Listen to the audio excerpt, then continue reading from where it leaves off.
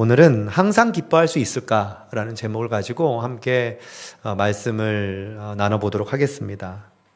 여러분들은 하루를 살아가면서 얼마나 많이 웃으시나요? 우리의 삶을 좀 가만히 뒤돌아보면요, 생각보다 웃는 시간이 그리 많지 않습니다. 오히려 웃는 시간보다도 미간이 찌푸려지는 일들이 훨씬 더 많죠. 그러다 보니 사람들은 이 웃음을 대신할 무언가를 찾습니다. 막 자극적인 음식을 먹으면서 막 스트레스를 풀면서 막 행복해 한다거나, 막 영상을 보면서 막 박장대소 하면서 웃는다거나, 아니면 내가 사고 싶은 거 사면서 즐거움을 느낀다거나, 뭐 이런 것들을 웃음으로 대체하는 경우가 참 많죠. 뇌과학에서는 이런 반응을 도파민의 분출이라고 이야기를 합니다. 그러니까 도파민이 분출이 되면요, 짧고 강한 쾌감, 즐거움을 느낍니다. 우리는 그것을 웃음이라고 생각을 하고 기쁨이라고 생각을 하죠. 하지만 그 순간이 지나고 나면 밀려오는 것이 있습니다. 공허함, 또 다른 염려, 불안함. 이것이 우리의 삶 과정 속에서 끊임없이 반복되면서 세상에 수많은 자극을 받으며 그 안에서 또 그것을 기쁨이라고 여기며, 하지만 그것이 사라지면 또다시 공허함을 느끼며 살아가는 것이 마치 우리의 모습과도 같습니다. 진짜 기쁨이라고 할 수 없겠죠. 기쁨을 가장한 속임수에 불과합니다. 왜 그럴까? 우리 마음속에 자리 잡고 있는 이 불안이 있기 때문입니다. 혹시 작년에 개봉한 인사이드 아웃 2라는 영화를 보셨는지 모르겠어요. 애니메이션이긴 한데 어른들이 참 보면 좋은 영화입니다. 영화 속의 주인공 라일리가 등장을 하는데 사춘기를 맞이하는 소녀입니다. 원래 그 이전까지는 그 마음의 본부에 기쁨이라는 캐릭터가 늘 중심으로 자리 잡고 있었어요. 그런데 그 자리에 새로운 감정이 들어옵니다. 바로 불안이라는 감정이에요. 사춘기 소녀니까 나타나는 현상이겠죠. 이 불안이가 마음의 본부의 중심을 딱 자리 잡고 나니까 수많은 문제들이 생깁니다. 끊임없이 미래를 대비하려고 하고요. 또 실수를 방지하기 위해서 막 시뮬레이션을 막 돌려가면서 막 정신없는 나날을 보냅니다. 그렇게 긴장을 하면서 걱정을 하면서 그 본부가 막 펼쳐지는 거예요. 그러다 보니 기쁨이가 있을 수가 없는 거죠. 그래서 기쁨이는 사라지고 그 안에는 수많은 염려와 걱정들로 가득 차게 되는 그 만화를 그리고 있습니다. 근데 이 모습이 우리의 모습이랑 비슷하지 않으신가요? 우리는 얼마나 많은 불안함을 갖고 살아가십니까? 때로는 건강에 대한 걱정들, 직장과 자녀 교육에 대한 염려들, 노후에 대한 걱정들은 이루 말할 것 없고요. 막 집값이 올라가면 괜히 불안하고요. 또 사람들과의 관계에 대한 고민들, 뭐 이러한 셀 수 없을 정도로 많은 불안들이 우리의 마음을 장악하며 살아가고 있습니다. 그런데 오늘 바울은요, 우리에게 이 불안의 스위치를 끄고 기쁨의 스위치를 다시 켜는 방법을 말씀해 주고 있어요. 그러니까 감정에 끌려가는 삶이 아니라 하나님 안에서 다시 기뻐할 수 있는 삶의 비결을 이야기하고 있습니다. 그것이 빌립보서 4장 4절 말씀입니다. 우리 같이 한번 읽어볼까요? 시작. 주 안에서 항상 기뻐하라. 내가 다시 말하노니 기뻐하라. 아멘. 여러분들 이 본문 읽으면서 어떤 느낌을 받으시나요? 저 처음에 이 본문 읽을 때 이런 질문이 들었어요. 주님, 사실 제 상황이 기뻐할 상황이 아닌데 어떻게 항상 기뻐하나요? 항상 기뻐할 수 있는 것이 말이 됩니까? 라는 의문이 생겼습니다. 여러분들도 아마 그런 의문이 들 겁니다. 정말 우리는 이 말씀대로 항상 기뻐할 수 있을까요? 그게 가능한 걸까요? 만약 우리가 처한 상황만 본다면 우리는 결코 항상 기뻐할 수 없습니다. 상황이 기쁘지 않은데 어떻게 기뻐한다라고 말할 수 있겠어요? 근데 오늘 사실 바울이 말하는 이 항상 기뻐하라는 그 대상은 우리의 상황을 이야기하는 게 아닙니다. 상황 자체보다는 그 상황을 대하는 우리의 마음의 태도에 대해서 이야기하는 거예요. 그러니까 마음 상태는 사실 상황과 관계없이 우리가 기뻐할 수 있거든요. 한번 예를 한번 들어보겠습니다. 좀 어려울 수 있으니까 예를 들면 좀 쉬울 것 같아요. 이제 막 태어난 아주 어린 갓난아이가 있습니다. 그 아이가 가장 편안해하고 기뻐할 때가 언젠가요? 엄마 품속에 있을 때 아닙니까? 엄마 품속에 있으면 가장 큰 안정감과 평안함을 느낍니다. 불안도가 떨어지는 거죠.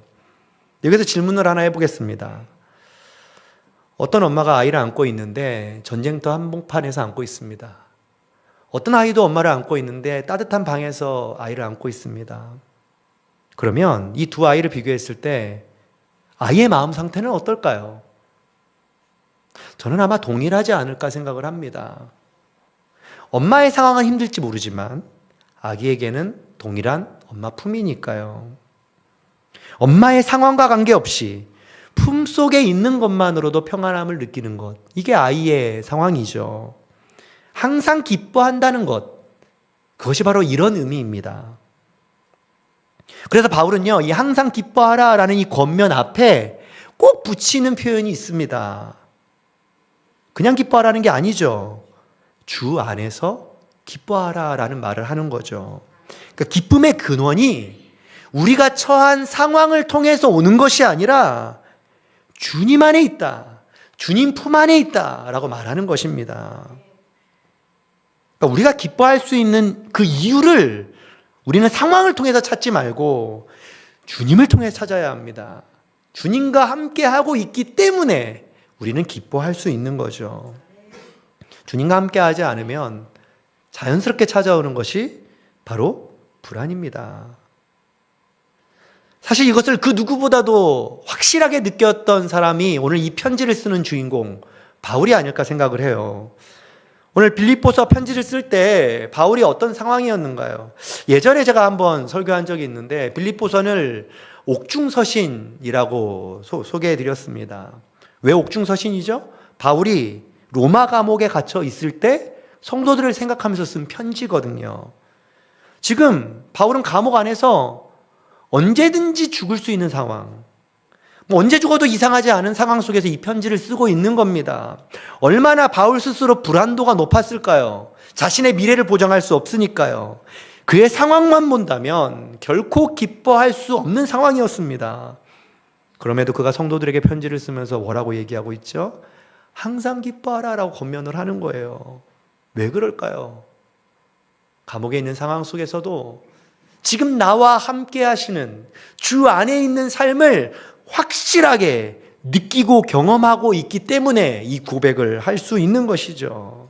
마치 엄마 품속에 있는 아기처럼 바울은 감옥 속에서도 주님과 함께하고 있다는 그 평안함 때문에 기뻐할 수 있다라고 고백하는 것입니다. 이것이 우리가 교회를 다니면서 신앙생활 할 때마다 경험해야 하는 우리의 기쁨입니다. 그러니까 세상이 주는 기쁨과는 차원이 다른 거죠. 도파민이 분출되어서 거기서 오는 순간의 즐거움이 아니라 우리의 몸과 마음을 평안케 하는, 오히려 그것을 통해서 미래를 보고 소망을 품을 수 있는 그 기쁨, 바로 주님을 통해서 경험할 수 있는 겁니다. 근데 사람들은 자꾸만 이 기쁨을 주님이 아닌 외부로부터 찾으려고 합니다. 결코 변하지 않는 예수 그리스도와의 관계를 통해서 발견해야 하는데 자꾸 변하고 사라지고 없어질 것들을 통해서 우리는 기쁨을 얻으려고 하는 거죠. 사랑하는 성도님들 꼭 기억하십시오. 항상 기뻐한다라는 건 주님 안에서만 가능할 수 있는 일입니다. 주님 밖에서는 불가능합니다. 주님 밖에서는 그 어떤 것도 우리를 평온케 할 수 없습니다. 우리 안에 있는 수많은 불안한 감정들을 외부적인 조건을 통해서 찾으려고 하지 마시고 주님의 자녀라는 정체성을 통해서 다스리셔야 합니다. 그러면 우리의 기쁨이 변질되지 않습니다. 사라지지도 않을 겁니다. 우리의 기쁨의 정체성은 주님 안에 거한다는 사실로부터 시작되는 거죠. 이렇게 바울은 우리의 기쁨의 근원이 주님께 있음을 먼저 소개하고, 그리고서 우리가 어떻게 기쁨의 삶을 살아야 할 것인가 두 가지를 이어서 소개하고 있습니다. 바로 5절과 6절 말씀이에요. 너희 관용을 모든 사람에게 알게 하라. 주께서 가까우시리라. 아무것도 염려하지 말고 다만 모든 일에 기도와 간구로 너희 구할 것을 감사함으로 하나님께 아뢰라. 두 가지죠. 5절에서는 모든 사람에게 관용을 베풀라. 6절에서는 염려하지 말고 감사로 하나님께 기도하라. 이것이 기쁨으로 살아가는 성도의 삶이다 라고 권면을 하고 있습니다. 가장 먼저 강조하는 게 뭐죠? 모든 사람에게 관용을 보이라 라는 겁니다. 이 관용이란 단어가 무슨 뜻인가요? 다른 사람에게 부드럽게 대하고 너그럽게 대하고 때로는 걸리적거리더라도 힘들더라도 참을 수 있어야 하고 때로는 기꺼이 손해보더라도 양보할 수 있어야 하는 그런 마음, 그게 바로 관용의 마음입니다. 그러니까 상대가 내 기준에 맞지 않더라도 참아주고 품어주는 것이죠. 감정적으로 불편할지라도 그 사람을 부드럽게 대할 수 있는 그 마음을 말합니다. 근데 이게 쉬운 일은 아니잖아요. 근데 기쁨이 임하면 이러한 삶을 살 수 있다는 겁니다. 그러니까 기쁨이 가득한 사람을 여러분들이 종종 만나잖아요. 그러면 참 따뜻합니다. 늘 유연한 태도로 사람을 대합니다. 근데 반대로요, 늘 불안하고 분노가 가득한 사람은요, 아주 사소한 거에도 막 싸우고 또 늘 날이 서 있어요. 별것 아닌데도 불구하고 거기에 에너지를 쏟습니다. 그러게 기쁨은 단지 그냥 미소만 환하게 피우는 게 아닙니다. 사람들과의 관계 속에서 그 기쁨이 확인되고 드러나야 하는 거죠. 지금 내 안에 기쁨이 있는가를 무엇을 통해 확인할 수 있을까요? 내가 사람들과의 관계 속에서 관용을 베푸는 삶을 살고 있는가? 그것을 통해서 우리는 확인할 수 있습니다. 그런데 살다 보면 모든 사람에게 관용을 베풀지 못하잖아요. 관용을 잘 베풀 수 있는 마음이 딱 맞는 사람들도 있는 반면에 자꾸만 내 마음에 걸리는 사람들이 있잖아요. 피하고 싶은 사람들이 있잖아요. 그게 때로는 내 남편이 되기도 하고 아내가 되기도 하죠. 그럴 때 우리는 어떻게 해야 될까요? 주님은 그 대상 있는 그대로를 보기 원하십니다. 그리고 그 대상을 위해서 우리가 기도하길 원하세요. 근데 기도한다고 해서 또 이렇게 기도하는 분들이 계시더라고요. 주님, 저 사람을 바꿔주십시오. 막 이렇게 내가 변하는 게 아니라 그 사람을 바꿔달라고 기도합니다. 한번 생각해 보세요. 그렇게 기도해서 그 사람이 바뀌었어요. 기쁘죠? 근데 원상태로 돌아가면 어떻게 하시겠어요? 기쁨이 사라지는 거잖아요. 그거는 진정한 기쁨의 해답이 아닙니다.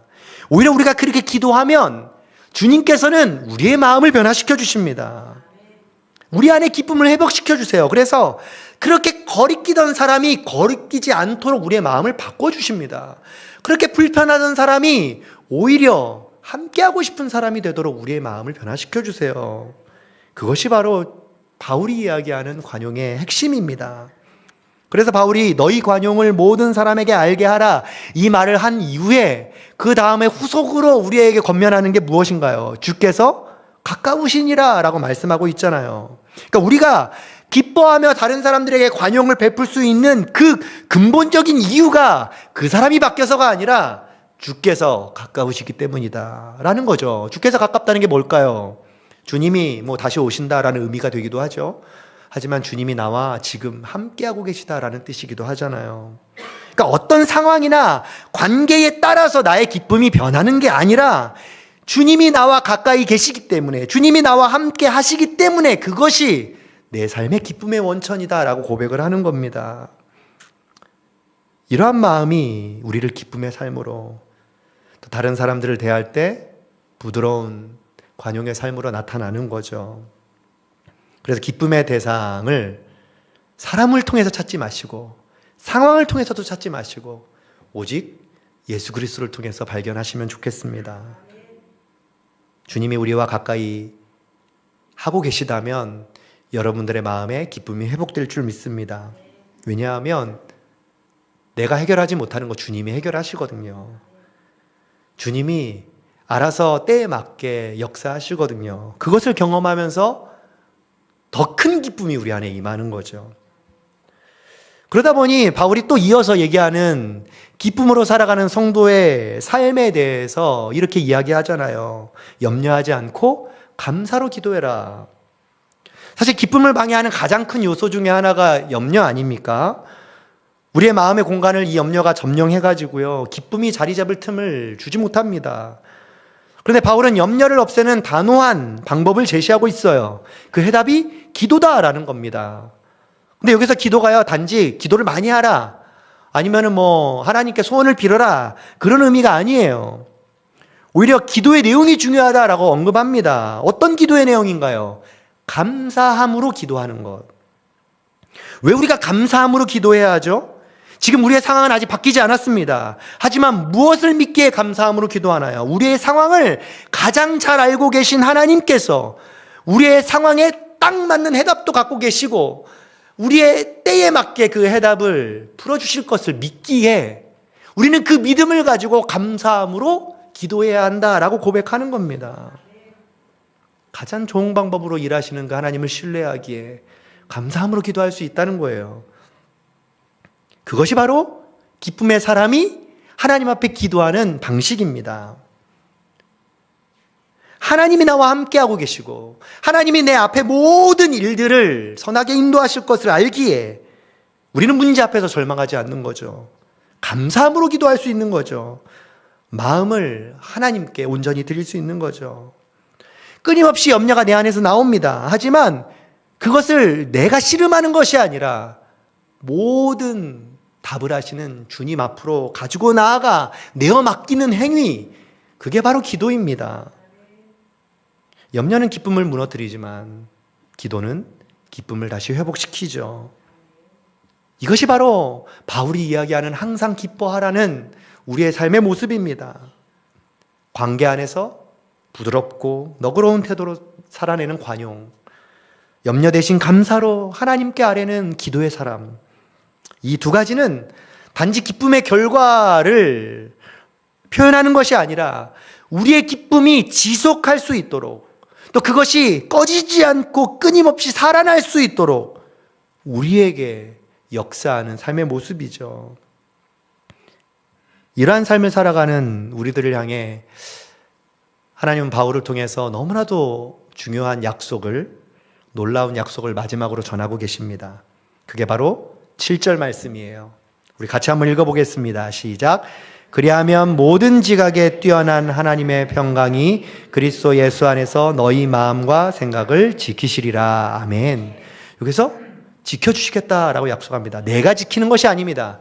기쁨을 내가 회복하는 게 아닙니다.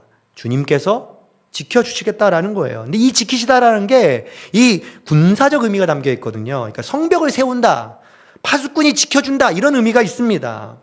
그러니까 하나님의 평강이 단지 내 마음을 위로하는 정도가 아니라 내 마음과 생각을 실제로 보호하시는 그 하나님의 주권적인 역사가 우리 삶 가운데 있겠다라는 고백입니다. 세상의 평화는요, 상황이 해결될 때 찾아오죠. 하지만 하나님의 평강은 상황이 해결되지 않아도 지켜주시는 은혜로 찾아옵니다. 그랬기에 바울이 감옥에서도 날 지켜주시는 그 은혜가 있었기에 평안할 수 있었던 것이죠.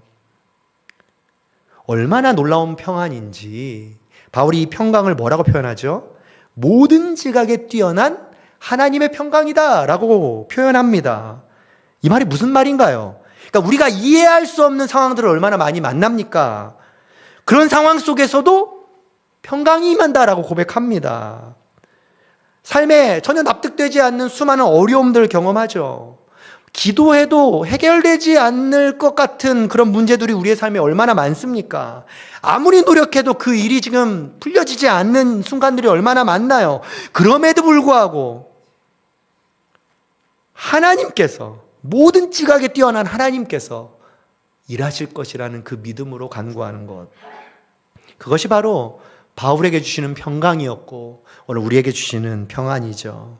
그 평강이 우리의 마음과 생각을 마치 성벽을 둘러싸고 우리를 보호하듯 지켜주시는 것이죠.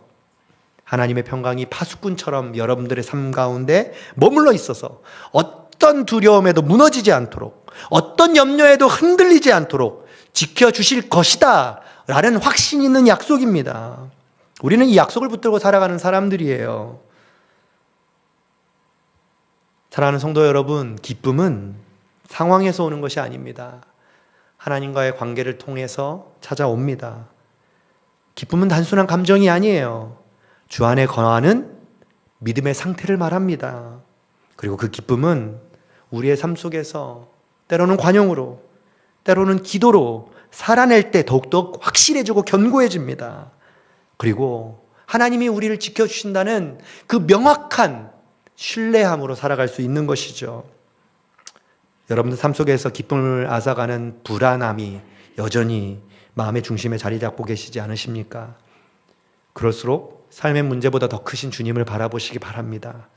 주님 안에 있는 우리는 어떠한 상황 속에서도 항상 기뻐할 수 있습니다. 왜냐하면 주님이 우리와 함께하고 계시기 때문입니다. 우리의 마음과 생각을 주님 나라 가는 그날까지 지켜주실 것이기 때문입니다. 이 놀라운 약속을 붙들고 사는 우리 동탄 우리는 교회 성도님들 되시기를 주님의 이름으로 소망합니다. 함께 기도하겠습니다.